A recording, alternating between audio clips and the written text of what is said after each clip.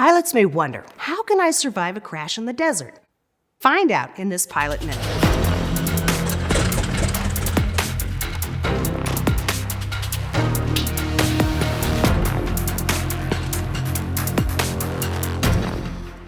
As aviators, we fly over a variety of environmental zones, including deserts. Temperatures in Death Valley, California can reach 134 degrees Fahrenheit. Think of flying over a desert like flying over a large body of water.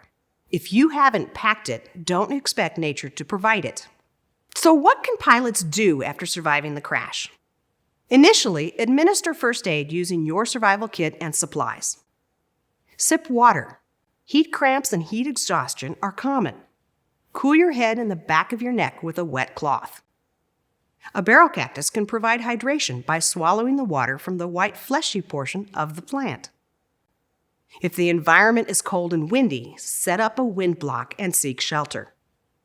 If it is hot and arid, find shade. Consider using a life raft if you have one. Rubber is an excellent insulator and normally brightly colored, making an excellent passive signaling device. Push away the top 12 inches of sand for a shelter location about 40 degrees cooler. Check that all ELTs are activated and transmitting. Prepare flares for use. Start a fire at night when the temperatures fall. Remember that rescue can take days, not hours. The goal of survival is to simply stay alive long enough to be rescued. For free post-crash survival training, see the link in the video description. Until next time, see you up there.